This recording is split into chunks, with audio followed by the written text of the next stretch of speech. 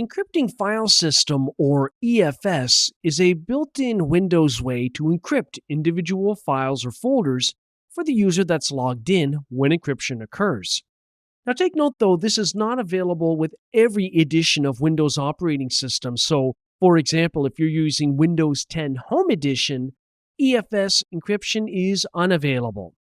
So to get started here on my Windows server, let's take a look at the file system. So I'm going to open up Windows Explorer, and I've got a folder here with the sample file on drive C. The folder is called projects, and the file is called project_a.txt.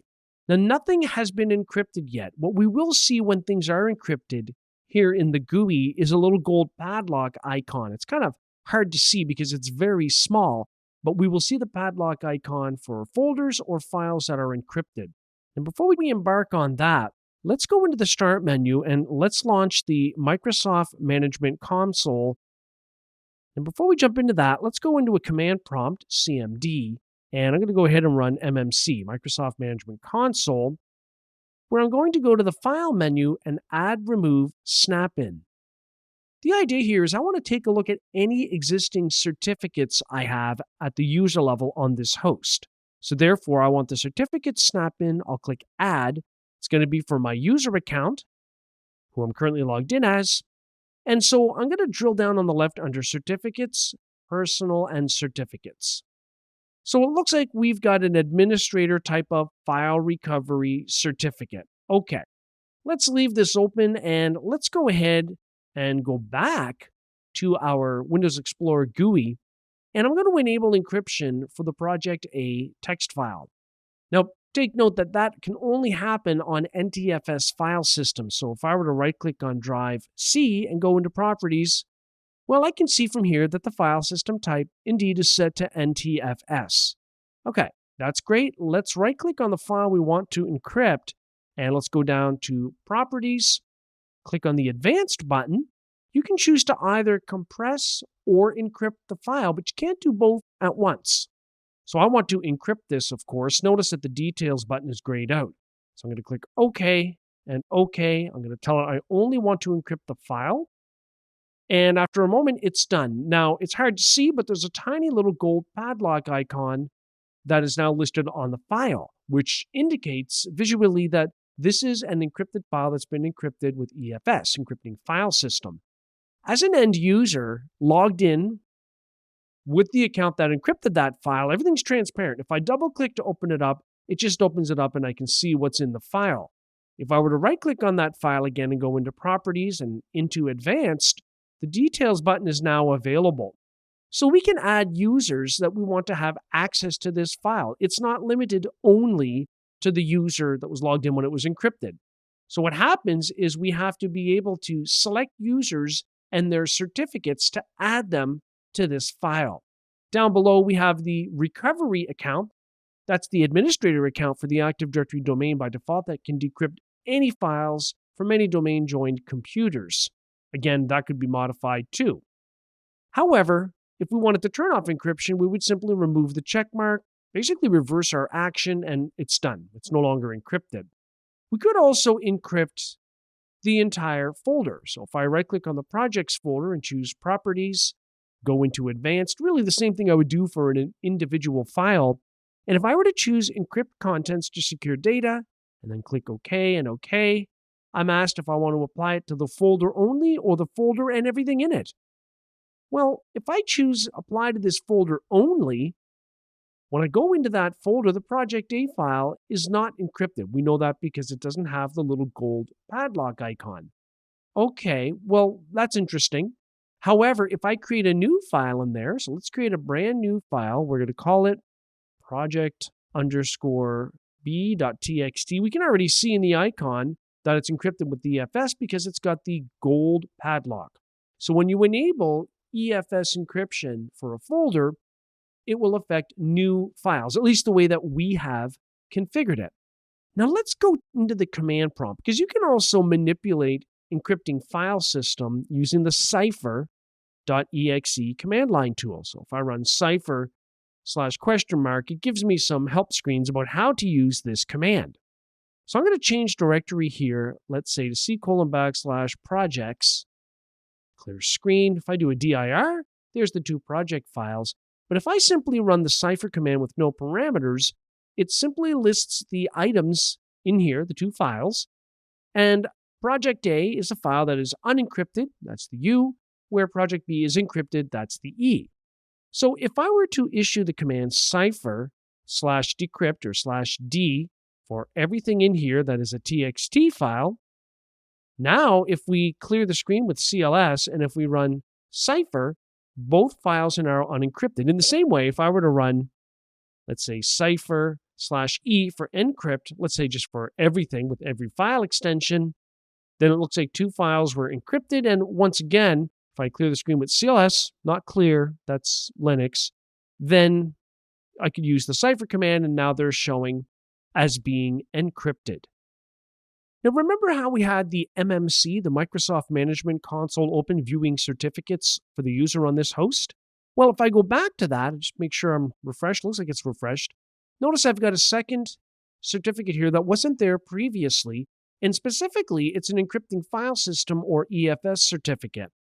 So this certificate is used in the EFS encryption process, and if we don't have a certificate, it is issued automatically as evidenced by what we're seeing here. Now, users that log in and attempt to access that encrypted file will get an access denied type of error message because the file was not encrypted for them and they weren't added to have access to that file. Unlike encrypting file system in Windows, BitLocker allows you to protect data at rest at the disk level. It's tied to the machine, normally through TPM. You don't have to use the TPM chip to store decryption keys.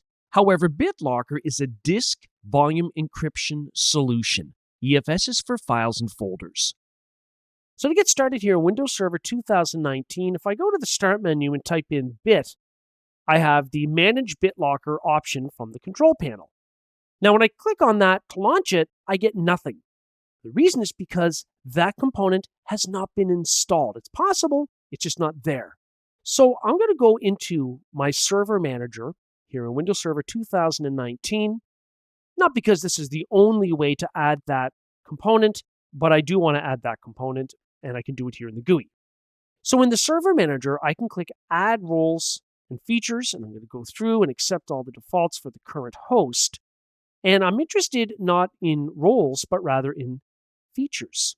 And you'll see that BitLocker Drive Encryption is listed here. So I'm going to click Add Features for the admin tools required to administer that as well. That's all I need. I'm going to go ahead and click Next and install that Windows Server 2019 feature.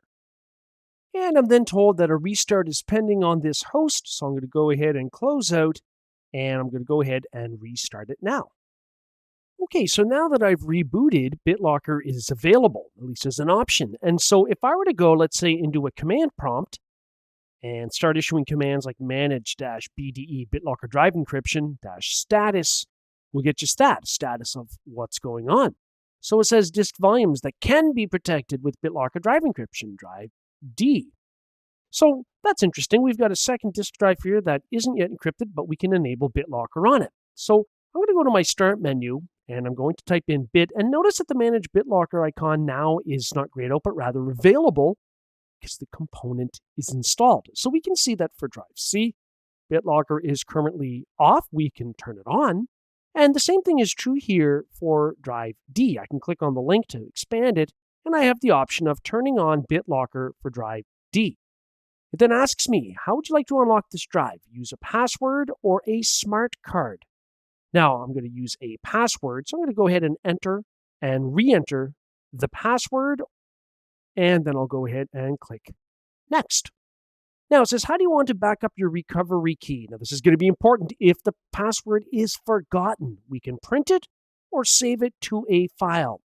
So I'm going to go ahead and choose Save to a File.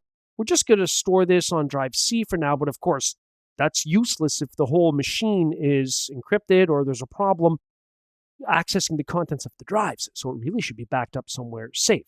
Now, it says you can't save in the root directory of a non-removable drive. So it's got a built-in checker to make sure that we are saving this in the proper location. So in this case, I'm going to choose print the recovery key. We'll print to PDF. I'll store this, let's say, on drive D. I'll call it key. So I'll go ahead and click save. And now we can go ahead and click next. So at this point, it says, how much of your drive do you want to encrypt? Used disk space only or the entire drive? Well, technically, there's nothing that's on that drive yet. It's a brand new disk phone that's been added to this host. So I'm going to use the encrypt used disk space only, as it recommends that it's faster and best for new PCs and new drives. Fine, no problem. Next. I'm going to leave it in compatibility mode for the encryption mode to use, and I'm going to choose Start Encrypting. Now, depending on how big the drive is and what's on it, how much data, and which option we've elected to use for encryption will determine how long it takes. But we can see that it looks like it's happened already.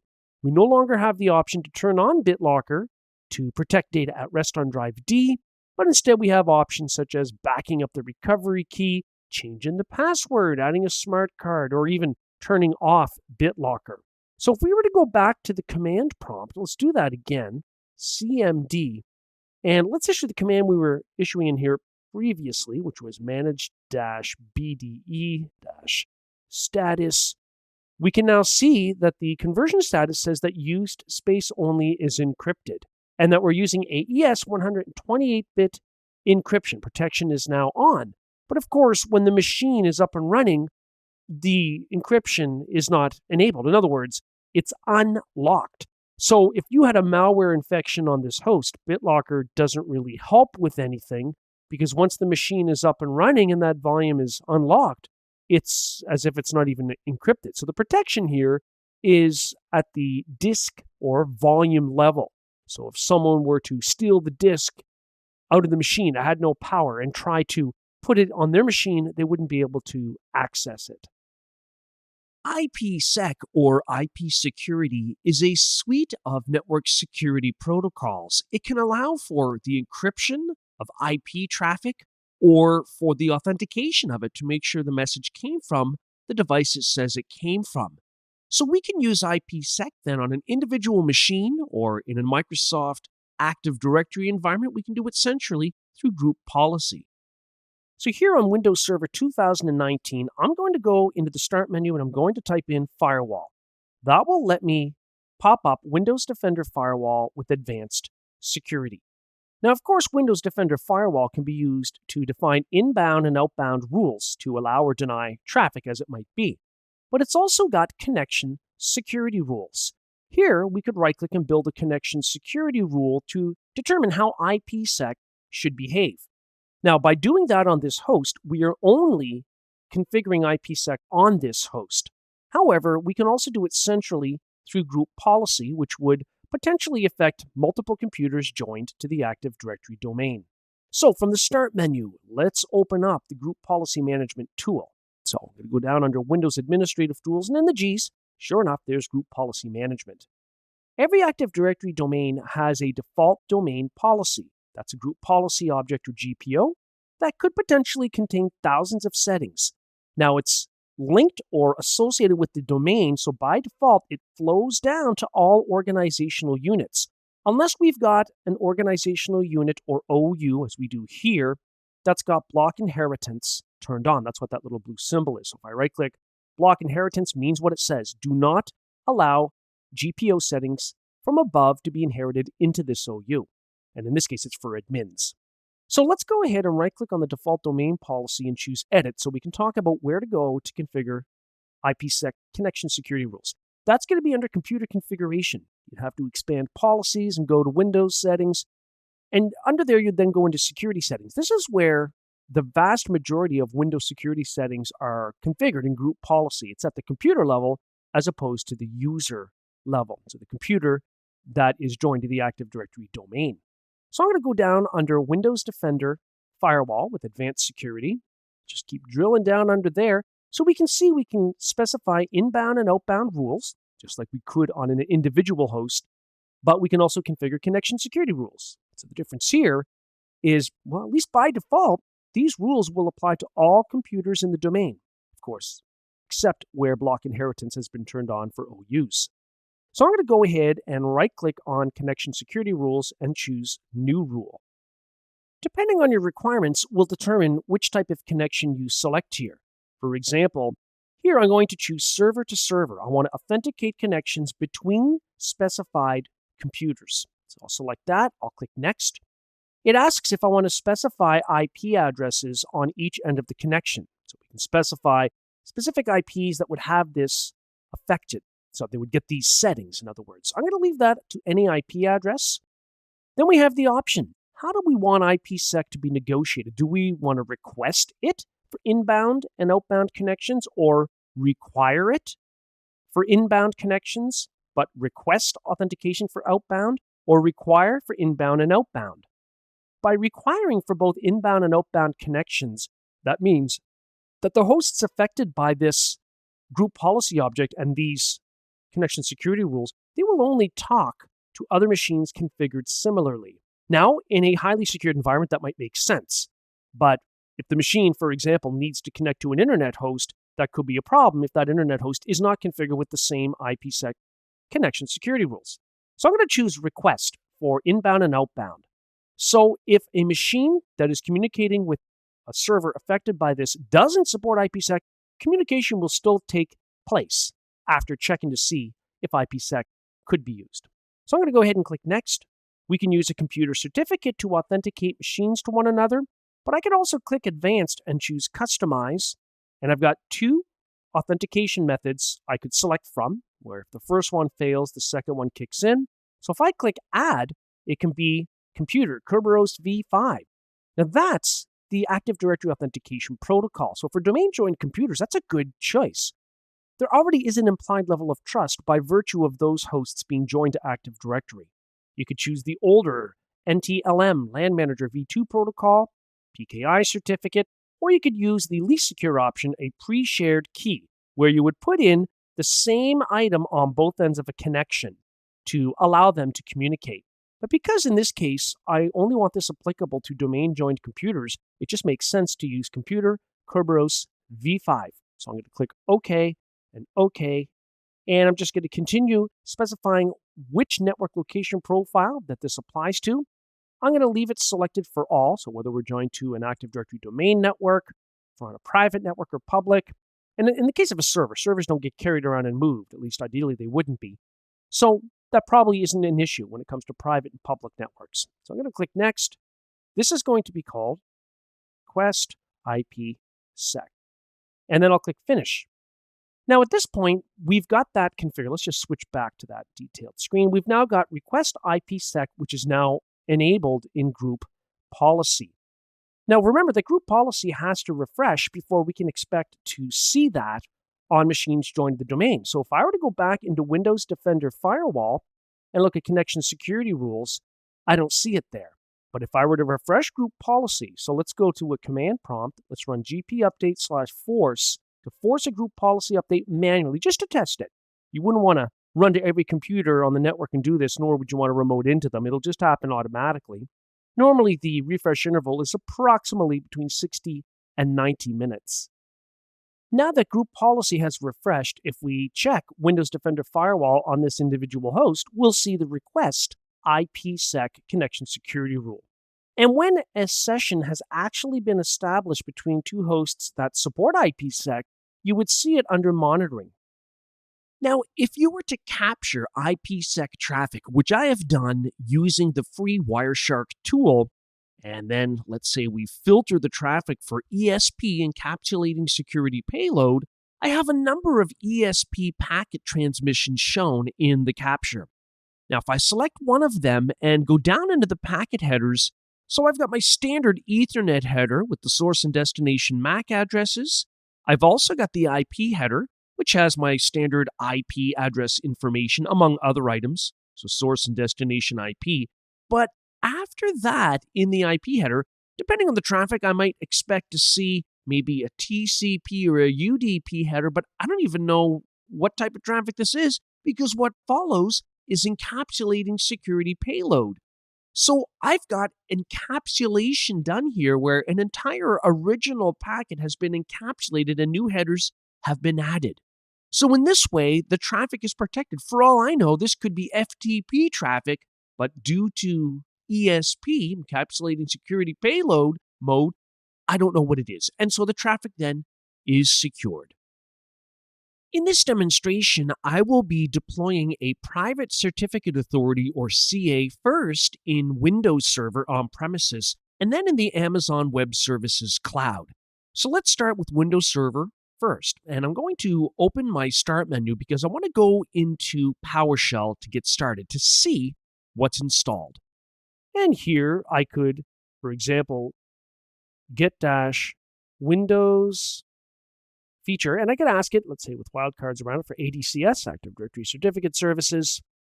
And I can see that all of the components that are available for Active Directory Certificate Services are shown here, but there's no X in the box. It's not installed.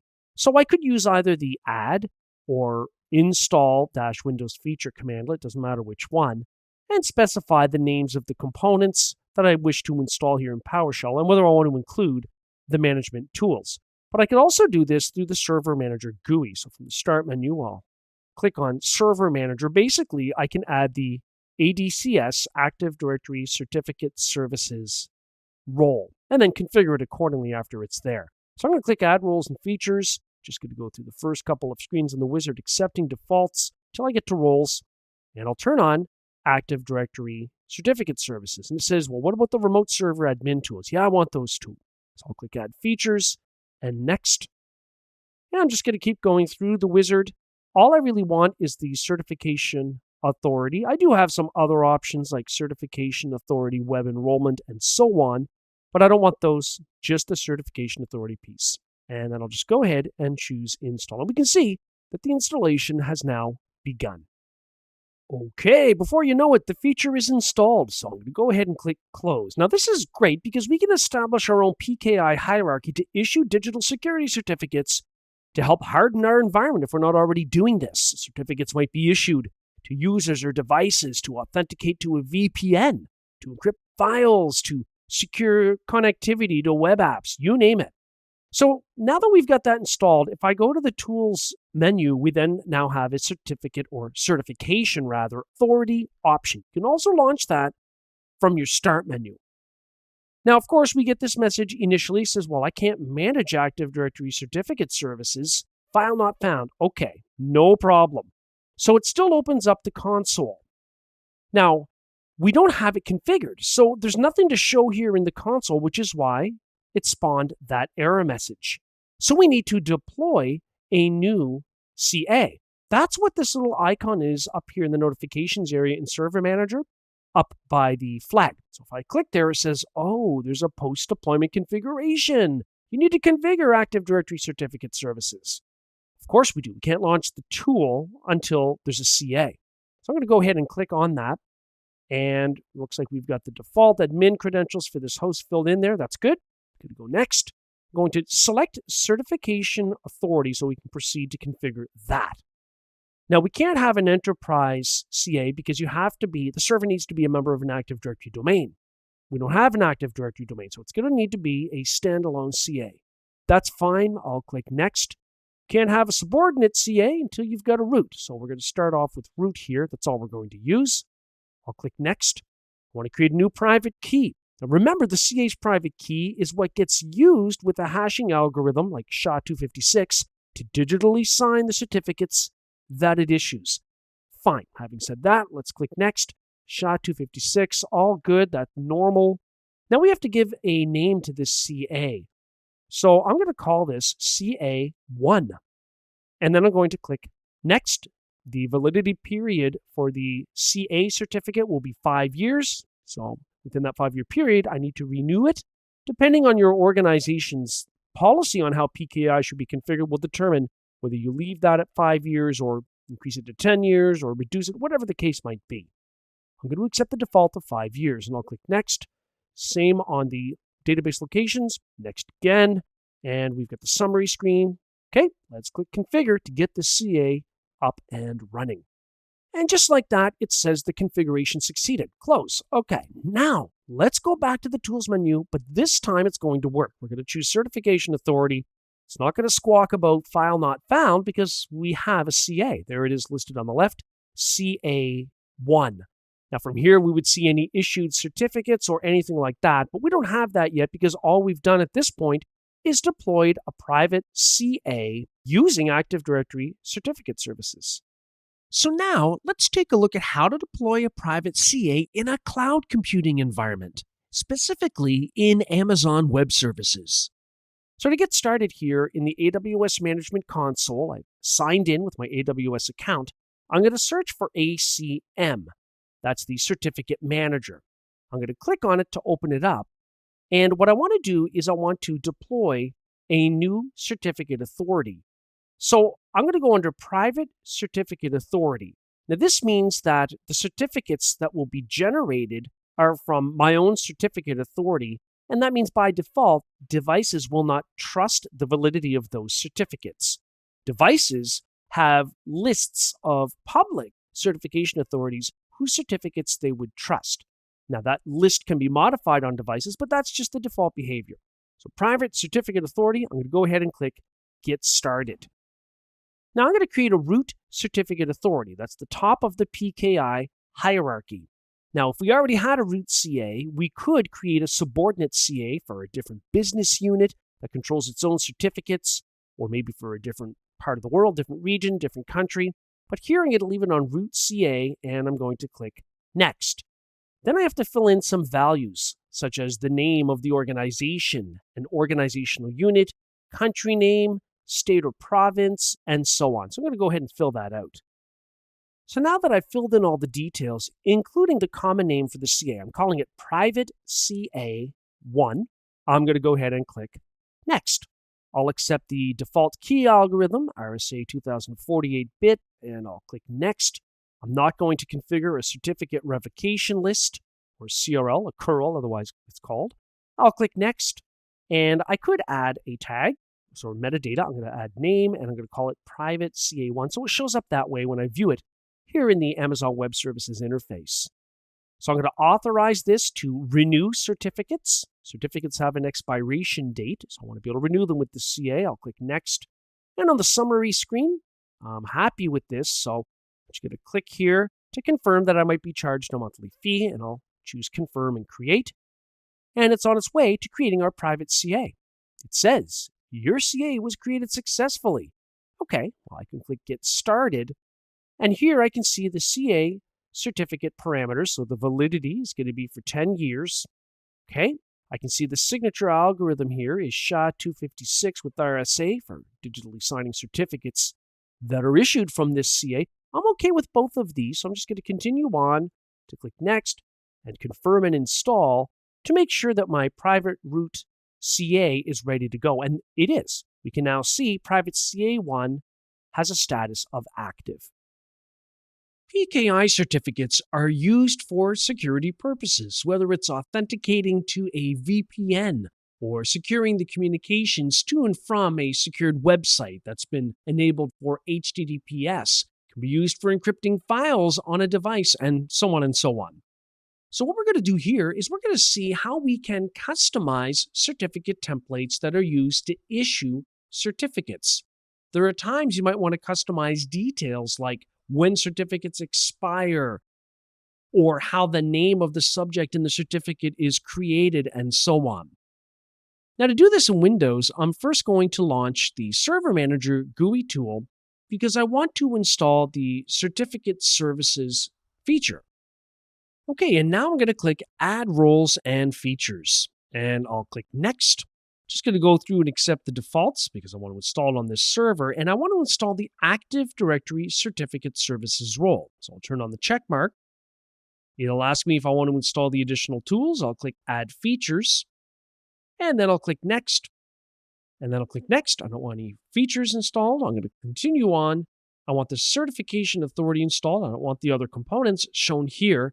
So I'm just going to continue by clicking Install. And before you know it, the installation is complete, but we're not done. I'm going to click Close because I have to click my notification icon in the upper right and do some post-deployment configuration for Active Directory Certificate Services. Because what I'm going to be doing here is creating a certification authority And then we'll get to the point where we can manage custom certificate templates. So I'll click Next. I'm going to turn on the check mark for configuring certification authority. I'll click Next. We're going to have an enterprise root CA, create a new private key. I'm going to call this Cert1, and I'll click Next. 5 years for the validity period of the certificate, and we'll continue on to the point where I click the Configure button. Okay, once that's done, we can then launch either from the Start menu or here in Server Manager in the upper right under the Tools menu, we can go in and take a look at our certification authority now that it's been configured. And what's interesting is if I expand that on the left, and if I click Certificate Templates, I have a number of default certificate templates from which certificates can be issued. But let's say I have a very specific need for a custom web server certificate that has different settings than the current web server template. So what I'm going to do is right-click on Certificate Templates and choose Manage, which opens up a new window where I have an alphabetical list of all available certificates. What I want to do is copy the web server certificate template that's here, and essentially I want to modify it or customize it. So I'm going to right-click on it, duplicate template, and I'm going to call it Custom Web Server. Let's say the first thing we want to do here is reduce the validity period from 2 down to 1 year. So the certificate needs to be reissued every single year. You can also choose here, let's say, to publish the certificate to be stored in Active Directory. For the subject name, we can have it supplied in the request manually, or we can have it built from information stored in Active Directory, like a DNS name assigned to a computer. So it's a little more automated that way. And if I go under issuance requirements, we can require manual approval from a certificate authority certificate manager before the certificate is issued from this template. All right, well, that's an interesting option. If I go to the security tab, this is where I can determine who is allowed to enroll using this template, meaning acquire a certificate that is minted from this template. So what I'm going to do is make sure authenticated users is selected, and under allow, I'm going to put a check mark next to enroll, and I'm going to choose OK. So at that point, I've got my custom web server template shown in the list. However, back here, even if I refresh in the certification authority tool, the custom web server certificate is not shown. And that's because I've not issued it to be used yet. And so I'm going to right-click on certificate templates on the left. I'm going to choose New Certificate Template to Issue. And this is where I'm going to choose my custom web server template. I'll choose OK.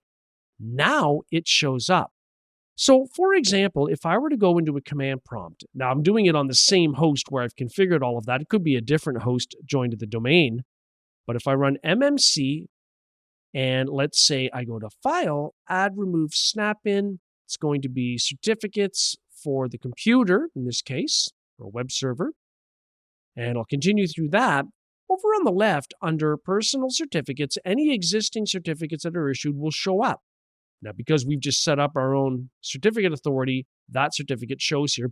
What happened to issue a certificate from that template is when we get a request like this, right-click on Certificates, All Tasks, Request New Certificate, we'll be able to select the custom web server template. Now, from here, if no information is required from us, the requester, we'll be able to choose Enroll, at which point the enrollment will be pending. Now, you might remember in our template, we required CA manager approval. So if we go back to the pending requests view, here it is. So the administrator then could look at this, decide that it's valid, and choose to issue the certificate. So now that certificate is issued, and it shows up under the Issued Certificates view here in the Certification Authority tool. PKI certificates can be issued manually, which might involve the creation of a certificate signing request, or it can be completely automated. For instance, in an Active Directory domain environment, you might configure a policy with certificate auto-enrollment. However, in this particular example, I'm going to request a PKI certificate using the Windows environment. And so to get started, I'm going to go to a command prompt. I'm going to make sure I run that as an administrator so that it's an elevated command prompt. From there, I'm going to run mmc.exe, Microsoft Management Console. from which I'll then go to File, Add, Remove, Snap-in. Snap-ins, of which there are many, allow you to manage some aspect of a Windows environment, including certificates. So I'm going to choose certificates. I'll click Add. I'm interested in computer certificates in this case. I'll click Next.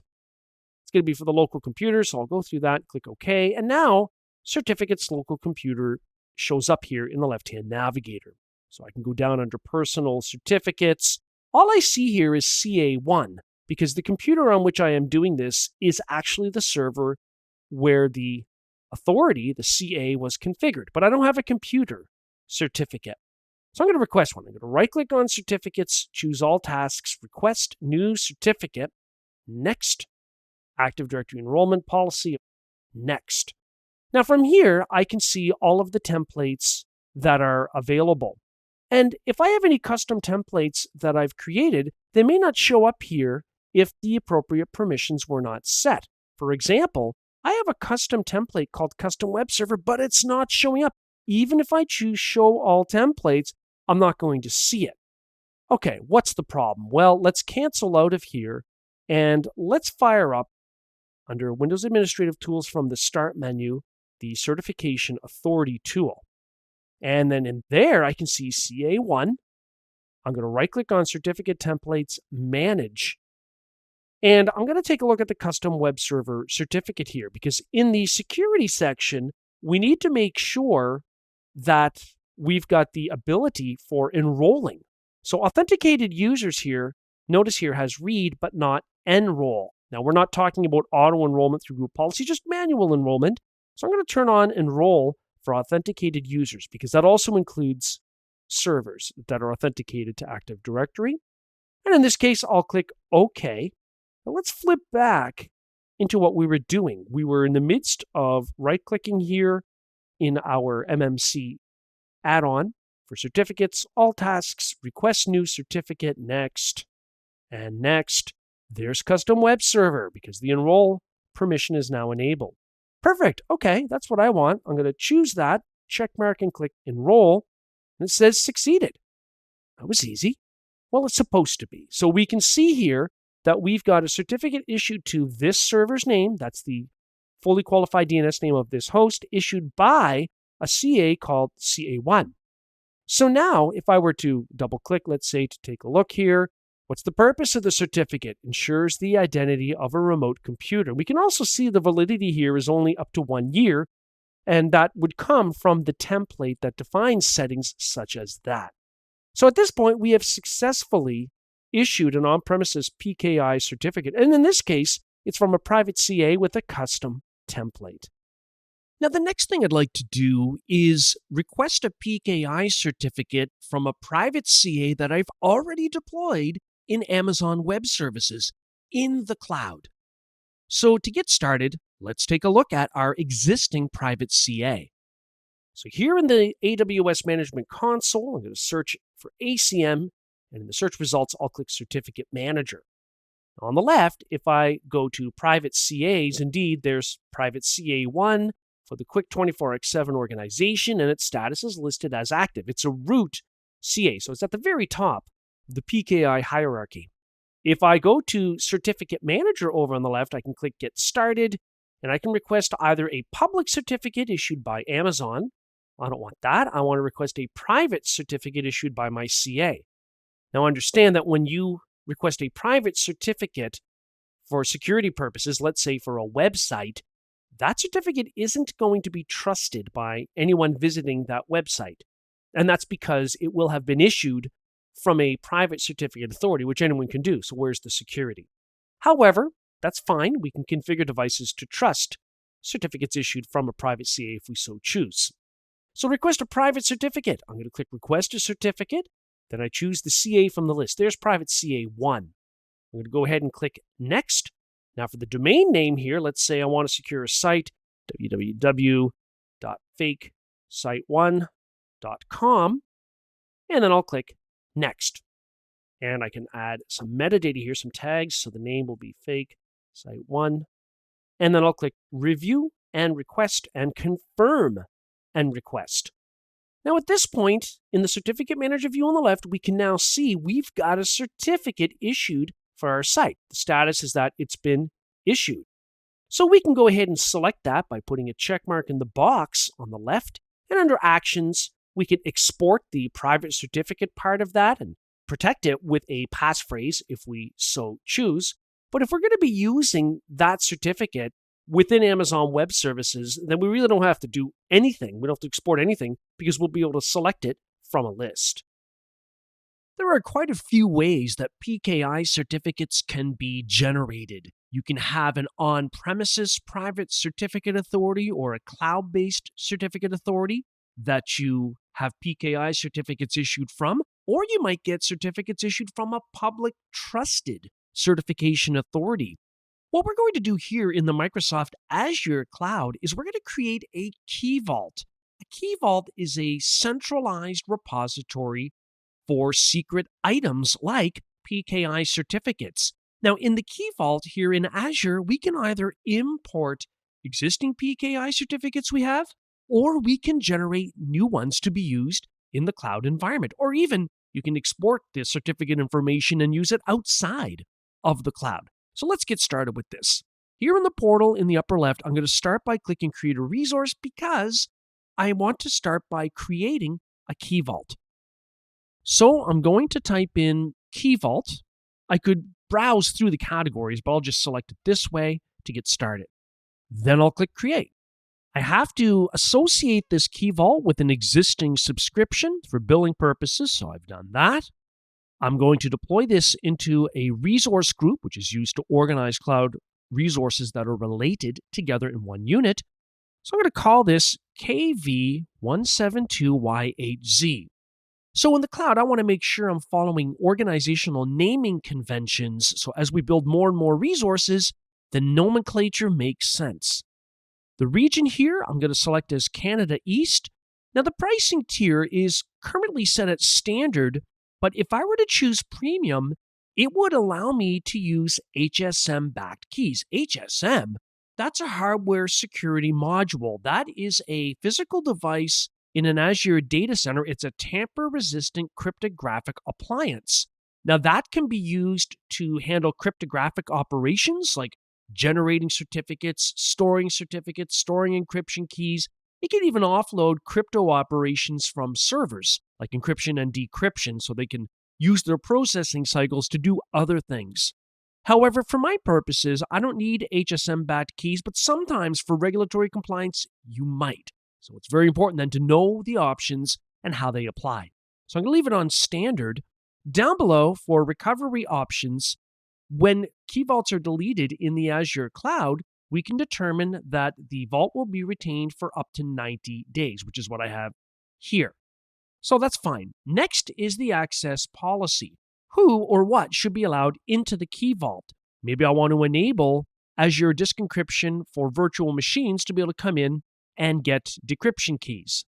Down below, my current login account is listed here with all key permissions, that's encryption keys, secrets, things like database connection strings, and what we're here for, certificates. So getting certificates, listing certificates, updating them, creating them, importing them, deleting them. So I'm not going to change any of those settings. I'll click Next for networking. I'm going to leave this as a public endpoint, which means allow access from any network to the key vault. And I'm not going to add any tags, so I'll just go to Review and Create. And once the validation has succeeded, I'm going to go ahead and create this key vault by clicking Create in the bottom left. So now that the vault deployment is complete, I could click Go to Resource to open up its properties and work with PKI certificates. I could also click my little bell notification icon in the upper right to go to the resource that way. And after the fact, when I don't have any notifications anymore, I could always go to the All Resources view, where I could either type in part of the name to filter by it in the filter field here, or I could click Type and filter it by resource type here in the cloud. So I could say I only want to see key vaults by turning on that check mark, clicking Apply, and the list, of course, would then be filtered. Now, this is very helpful when you have hundreds or even thousands of cloud resources deployed. So I'm going to click to open up the key vault. What I want to do is I want to look at the options for importing and generating PKI certificates. So I'm just going to go ahead and close this navigator on the left. So I'm in the properties of my key vault. On the left, I'm going to scroll down to certificates. Now it's from here I have the option of importing or generating. Now I can only import if I already have certificates. So I'm going to click the generate import button. Now when I go ahead and click on that, from here, from the drop-down list, I can choose to generate or import. Now, I want to generate a certificate, so I'm going to call this website 1. Maybe this is a certificate to enable HTTPS on a website. Now, it can be a self-signed certificate, or I could choose an integrated or a non-integrated CA, which I can figure outside of here. So the common name, or the CN, will equal www, let's say, .website1.com. So we have to have registered that DNS name already with the DNS registrar. Normally, we'll specify the same DNS name, so www.website1.com, and I'll click OK. So then we specify the validity period. We know that PKI certificates have a limited lifetime, so they expire after a period. So we could specify that here in months. The default here is 12 months or 1 year. We could specify the certificate type. I'm going to leave that as it is. And essentially what I'm going to do now is go down and click Create. It's going to generate this self-signed PKI certificate. Now, because it's self-signed, that means that it will not be trusted by devices that have a trusted root certification store of public CAs. Notice at the top here, I can also click the Certificate Authorities button here, where I can add certificate authorities that I want to be used here to issue certificates. I can choose from the provider drop-down list, which includes DigiCert and Global Sign. But in this case, we've just got our own self-certified issued certificate. And there it is, Website 1. We could click to open up that certificate to get some of the details like the thumbprint, the activation date, and the expiration date. I could then click directly on the certificate and also view the properties or choose to download it, a certificate format, or a PFX type of file format, which would include the private key. So if I'm not going to download it and use it outside of the cloud, in the Azure cloud environment, if I have a website and I want to enable HTTPS, I could select this certificate from within this vault. File hashing is used to determine if a change has occurred in a file. So we can generate a hash based on the current file contents, and that's a unique value. In the future, when we generate the hash of that same file again, if the file has been modified, the hash will be different. And then that way, we know the file has been modified. So let's take a look at how this happens. Here in my Windows Server 2019 environment, I'm going to fire up PowerShell, and I'm going to go to Drive D, where I know I've got a budgets folder, and I know I've got a couple of files here. Now, the first thing I'm going to do here is generate a file hash, a unique hash for each of these files. So I can do that with get-file hash. I could specify a specific file name, but here I'll put star.star, every file with every extension in the current directory. When I do that, I can see the unique hash values. They're SHA-256 by default, and I can see that they are tied, of course, to the individual file names. Now, we're going to make a change, let's say, to the file budget1.txt. Now, we can see it's got a specific hash value, and we'll just keep that on screen. Now, if you're really going to be using this, you're going to want to perhaps redirect the output of the get-file hash command to a storage file somewhere, so you have a record of this, maybe using the output redirection symbol, the greater than sign. At any rate, here what I'm going to do is use Notepad, and I'm going to open up the budget1.txt file, and I'm going to make a change. There you go. And I'm going to close and save the file, of course.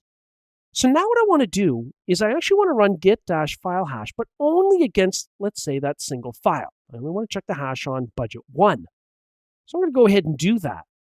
Now, immediately we can see the previous hash of budget1 listed above is not the same as the current hash taken listed down below. And of course, that's because we changed the contents of the file. We know that a change has occurred. Now, to track details about changes, where the change was made from, who did it, and so on, we should enable file system auditing. But at this level, get-file hash in PowerShell will at least alert us to the fact that a change has occurred. Now, we can do the exact same type of thing here in the Linux environment. We might want to generate hashes of files or entire disk volumes or partitions. This might even be part of digital forensics to generate a hash for admissibility of evidence. We would only analyze a copy of the data. We would never make a change to the original data that might have been acquired as evidence at a scene. So there are many reasons why we would generate hashes. Let's see how we actually do this in the Linux environment. I'm going to do it for SHA-256. SHA stands for Secure Hashing Algorithm, SHA. So to get started here, let's go ahead and create a file. I'm going to call this testfile.txt. And what I want to do is immediately generate a hash of that file, even though there's nothing in it. The touch command simply creates a 0-byte file. So to do this, I'm going to run SHA-256-SUM, that's a built-in Linux command, and I'm going to run it against testfile.txt. Now here we see on the screen the unique hash value. Of course, you could write that out to a file, which I'm going to do. I'm going to use the up arrow key to bring up that previous command, and I'm going to use the append output redirection symbol, 2 greater than signs. And let's say we're going to create a file here called hashes.txt. Now, once that's done, I can use the cat command to view the contents of hashes.txt, and now it's stored in a file. We're not reliant on what's on the screen. So what I'm going to do now is make a change to testfile.txt. I'm going to echo hello world to the file. So I'll use the echo command, put my text in quotes, single greater than sign, output redirection, and I want that going into testfile.txt. We're going to cat testfile.txt. It now contains hello world. So the file's been changed. So let's use the up arrow key, and let's go back to our SHA-256-SUM command, where we are looking at generating a hash for testfile.txt. We're going to append the result to hashes.txt. Let's look at hashes.txt. Same file, different hashes, because the file has changed. And therein lies the purpose of generating hashes in file system objects. So we've seen how we can manually generate file system hashes in Windows as well as in Linux. There are also file integrity monitoring, or FIM, F-I-M, tools at the enterprise level where you can have it automatically configured to alert you or notify you when a change has been made to a sensitive file. So then you wouldn't have to manually go in and run these periodic hashes of files to see if anything has changed.